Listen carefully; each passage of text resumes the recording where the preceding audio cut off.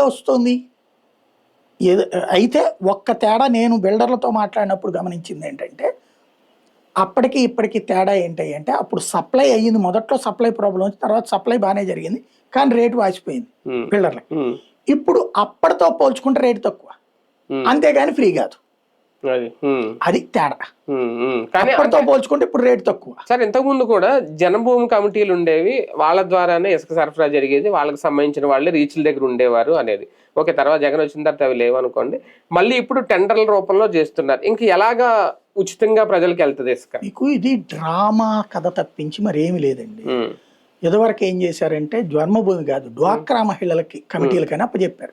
మీకు గుర్తుంటే ఎంఆర్ఓని కొట్టింది ఎందుకు? డ్వాక్రా వాళ్ళ చేత కొట్టించారు, వనజాక్షిని. డ్వాక్రా వాళ్ళు ఏం చేస్తారు, వాళ్ళు వచ్చి ఇసుక రీచ్ లో కూర్చుని ఇసుక పోయిస్తారా ఎవరన్నా? డ్వాక్రా మహిళల పేరుతో ఆ రీచ్ తీసుకునేసి వీళ్ళు తవ్వుకునేవాళ్ళు. దాన్నే అప్పుడు ఆవిడ ప్రస్తావించినందుకు ఆవిడ కొట్టారు. అంటే కొంచెం అధికారుల పర్యవేక్షణలో ఉండేది, అందుకే అధికారులు ఏం కాదు అక్కడ, వీళ్ళు రీచులు వీళ్ళే తవ్వుకునేది. అధికారులు నువ్వు ఎక్కువ తవ్వుతున్నావురా అన్నందుకు కొట్టారు.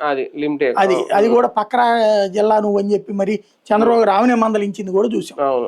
కాబట్టి ఇక్కడ సమస్య ఏంటంటే అది కాదు. తర్వాత జగన్ తీసుకొచ్చినటువంటి నేను చెప్పినట్టు ఇలాగా ఇసుక రీచ్ దగ్గరికి వెళ్ళి డబ్బులు కట్టి తీసుకునేది పోయింది.